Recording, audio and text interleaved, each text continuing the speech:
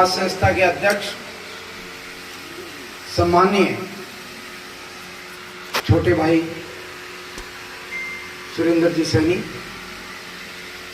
हमारे सैनी समाज के जिलाध्यक्ष सम्माननीय राजेश जी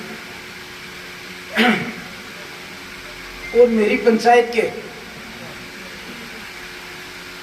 3 बार सरपंच रहे, वर्तमान में इनकी पुत्रवधू है सांवरमल जी सैनी साहब, मेरे कॉलेज के साथी, आंदोलन के साथी प्रमोद जी, सरपंच प्रतिनिधि डाका की रानी, और हमेशा मेरे साथ शिक्षाविद राजू जी जो मेंबर रहे पंचायत समिति के, शिक्षाविद हैं, उनके साथ ही मनीराम जी सैनी जिनका मार्गदर्शन मुझे मिलता है और समाज को उनके सहयोग के बारे में बताने की जरूरत है। बहन मीनू जी का परिचय देने की जरूरत नहीं, उदयपुर वाटी से ये राजनीतिक परिवार की बेटी हैं, 1977 में विधायक रहे, रामेश्वर जी सैनी की लाडली बेटी हैं और हमेशा मेरे साथ साए की तरह जिनका मुझे हमेशा मार्गदर्शन मिलता है, रियाज फारूकी जी जयपुर से मेरे साथ पधारे,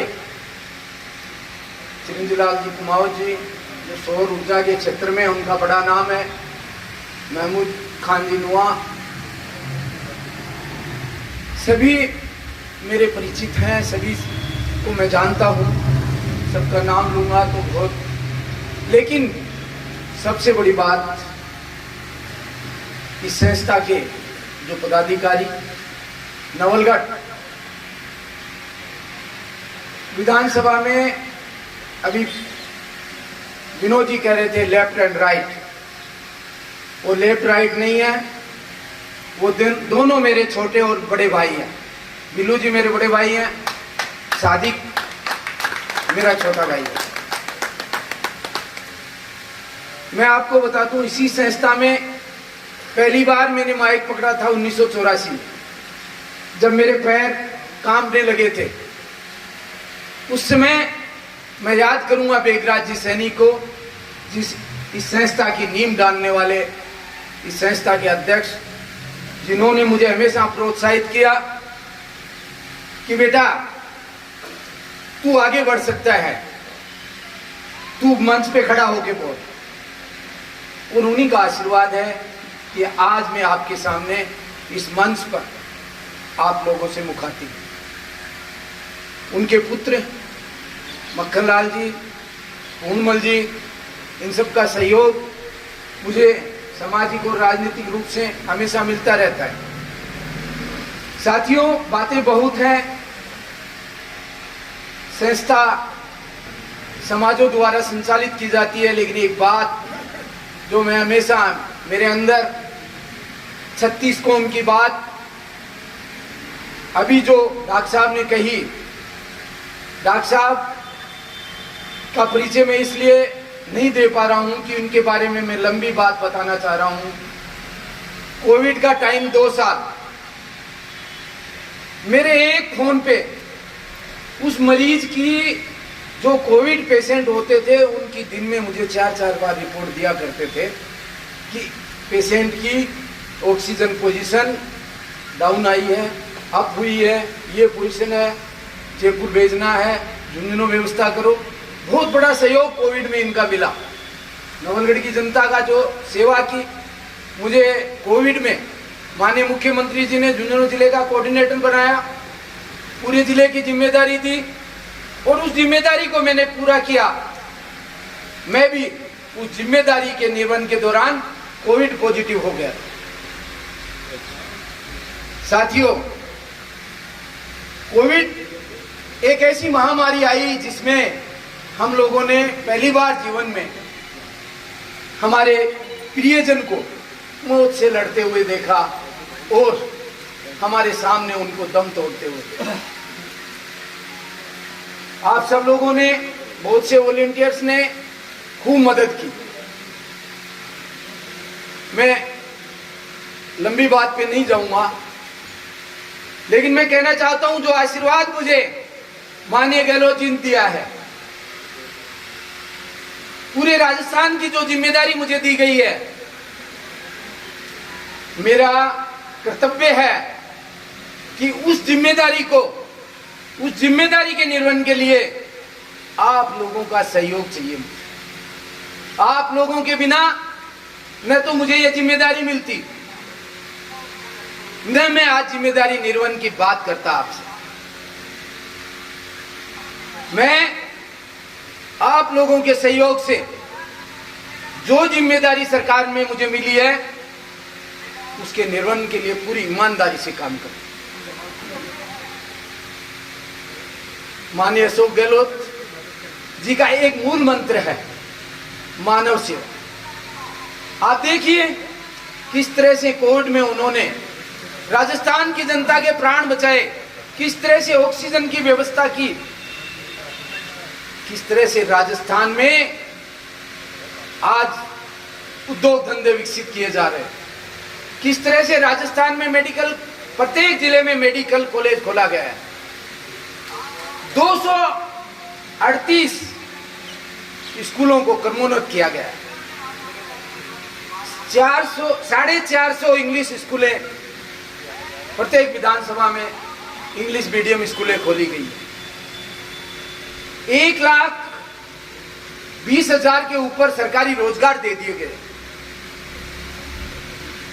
सबसे बड़ा काम चिरंजीवी योजना के अंतर्गत 10 लाख का इलाज और 5 लाख की बीमा। आपने देखा होगा, मैंने भी देखा है, आपने भी देखा होगा, हमारे ही प्रियजन गरीब व्यक्ति इलाज के अभाव में कैंसर जैसी महामारी से हार जाता। हमारे सामने एक ही विकल्प होता था कि अगर पैसे खर्च कर दिए तो घर बर्बाद हो जाएगा, हमारा आदमी जिसके कैंसर हो गया वो तो जाएगा। तो डॉक्टर साहब, लेकिन आज माननीय गहलोत साहब के देन है, आपका कोई भी प्रियजन इलाज के अभाव में दम नहीं तोड़ेगा। आप हॉस्पिटल जाइए, 10 रुपए की पर्ची लीजिए, आपका पूरा इलाज, आपकी जांच होगी, आपको दवाइयां मिलेंगी। ये मानव मात्र की सेवा, ये मानव मात्र की सेवा कोई महामानव ही कर सकता है। अब पर्ची भी बंद कर दिया। आप हॉस्पिटल में जाइए, अपना रजिस्ट्रेशन कराइए और पूरा इलाज फ्री। इसके बाद अभी 4 दिन पहले घोषणा हुई, वो है किडनी और लीवर और हार्ट ट्रांसप्लांट का इलाज में हमारे 40 से 50 लाख रुपए लगते हैं। लीवर ट्रांसप्लांट के कम से कम 40 से 50 लाख रुपए। उस महामानव ने वो इलाज भी फ्री कर दिए हैं। 50 लाख का इलाज भी फ्री मिलेगा। आप उस व्यक्ति के समाज में पैदा हुए हो, उस व्यक्ति के सानिध्य में पैदा हुए हो, जिस व्यक्ति के मन में गरीब के प्रति दर्द है, गरीब के प्रति सेवा करने का। वो पिछले दिनों एक स्पीच में कह रहे थे कि मेरा जन्म ही गरीब की सेवा के लिए हुआ है, मुझे कोई पद की लालसा नहीं है। मेरा कहने का मतलब, ऐसे महान व्यक्ति से मुझे जिम्मेदारी मिली है, तो साथियों निश्चित रूप से मैं उस महान व्यक्ति से प्रेरणा लेकर के आप लोगों की जो भी तकलीफ होगी, चाहे वो सरकार में किसी भी प्रकार की तकलीफ हो, उसके लिए आपके साथ खड़ा मिलूंगा, चाहे दिन हो चाहे रात हो।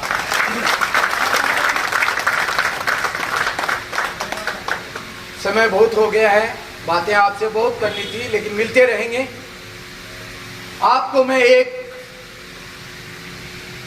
बात मुख्य रूप से कहना चाहता हूं अंत में कि साथियों, संघर्ष जिस व्यक्ति ने किया वो बड़ा बना, जिस समाज ने संघर्ष किया वो समाज आगे बढ़ा है। कोई भी लक्ष्य बड़ा नहीं होता, आपके संघर्ष के आगे कोई भी लक्ष्य बड़ा नहीं हो सकता, उसको छोटा होना। इसलिए मैं आज संस्था के अध्यक्ष और नवलगढ़ में 36 कौम के लोगों ने जिस तरह से सीमा से लेकर के यहां तक मेरा स्वागत किया। मैं छोटा सा व्यक्ति हूं, छोटी सी ढाणी में जन्मा हूं, एक गरीब किसान के घर में जन्मा हूं, गुदड़ी पे सोया हूं, टूटी हुई खाट भी मैंने अपने घर में देखी है। उस व्यक्ति को माननीय अशोक गहलोत साहब ने जिम्मेदारी दी है। मैं अपने समाज का ही नहीं, 36 कौम का दर्द जानता हूं। उस दर्द को मिटाने के लिए मेरे से जितना होगा उतना करूंगा, और मेरे से नहीं हो पाएगा तो मैं माननीय अशोक गहलोत जी के पास आपकी अर्जी लगा दूंगा, आपकी बात पहुंचा दूंगा। इन्हीं शब्दों के साथ आपका पुनः बहुत बहुत धन्यवाद। आपने जिस तरह से आज मुझे मान सम्मान दिया, इसके लिए मैं, मेरी आत्मा आपका बहुत बहुत आभारी है। आपका बहुत बहुत आभार, आपका बहुत बहुत धन्यवाद। धन्यवाद सर। जोरदार तालू के साथ सैनिक समाज संस्था नौरगढ़ के अध्यक्ष मेरे भाई आदरणीय सुरेंद्र जी सैनी साहब अध्यक्ष उद्बोधन के लिए। महात्मा फूले, महात्मा फूले अमर रहे। क्योंकि सब जोर से जब तक ये नारे नहीं लगाने सीखोगे तब तक राजनीति नहीं सीख सकते। जय ज्योति, जय क्रांति, क्योंकि क्रांति के बिना कुछ नहीं होना है।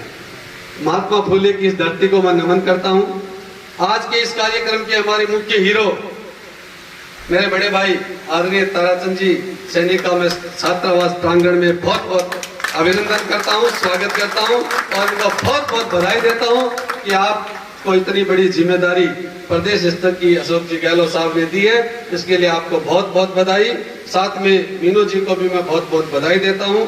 मंच में विराजमान हमारे सैनिक समाज के अध्यक्ष भाई राजेश जी चीड़ावा, मंच पर विराजमान हमारे समाज सेवी आदरणीय मनीराम जी, मेरे बड़े भाई राजू जी सैनी साहब सरपंच सैनी नगर, प्रमोद जी सांवड़ जी सरपंच साहब, मंच पर विराजमान रियाज फारूकी जी, डॉक्टर नवल जी, यहाँ उपस्थित सभी पिता तुल्य बुजुर्गों और युवा साथियों, हमारे लिए बड़े गर्व की बात है कि हमारे बीच में से हमारे दिन रात हमारे साथ रहने वाले एक व्यक्ति को प्रदेश स्तर पर बंजर भूमि और चारागाह विकास समिति का सदस्य बनाया गया। इससे बड़े गर्व की बात हमारे लिए नहीं हो सकती। इसके लिए मैं आदरणीय गहलोत साहब को बहुत बहुत धन्यवाद देता हूं कि इतने वर्षों के संघर्ष को आपने पहचाना और इसको एक इनाम स्वरूप हमारे लिए भेजा ताकि हमारी ये लोग सेवा कर सके, हमारी समस्याओं को सरकार तक पहुंचा सके।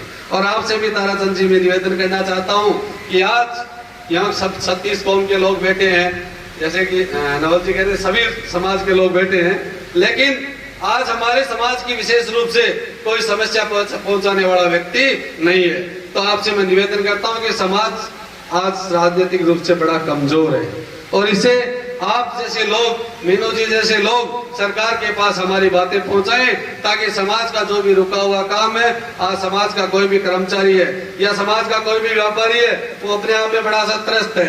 और मैं तो ये कहता हूँ कि राजनीतिक लोग भी राजनीति के शिकार हैं, उनकी समस्या सुनने वाला कोई नहीं है। तो आपका दायित्व बनता है कि आप हमारे समाज की, आप अन्य समाजों की भी करें, लेकिन यहाँ सैनिक समाज संस्था के प्रांगण में एक कार्यक्रम है तो मैं आपसे निवेदन करता हूँ, समाज का संस्था का अध्यक्ष होने के नाते मेरा दायित्व बनता है कि समाज का कोई भी व्यक्ति अगर आपके पास कोई समस्या लेके आए तो उसका निदान कराने का आप प्रयास करें। ऐसी मैं आप लोगों से उम्मीद करता हूँ, आपसे आशा करता हूँ। और मैं धन्यवाद देना चाहता हूँ पूरी युवा शक्ति को कि आज जैसे सीमा से क्या केसरी होटल से ही जिस प्रकार युवाओं में जोश और जुनून देखने को मिला, उसके लिए मैं आप सभी युवाओं को बहुत बहुत धन्यवाद देता हूँ। और युवाओं के मन में मैं युवाओं को कहना चाहता हूं कि आपके मन में जो ठेस है, निश्चित रूप से ताराचंद जी जैसे भाई साहब और हम सब मिलके आपकी उस कामना को भी पूरा करेंगे, आपकी हर मनोकामना को पूरा करेंगे।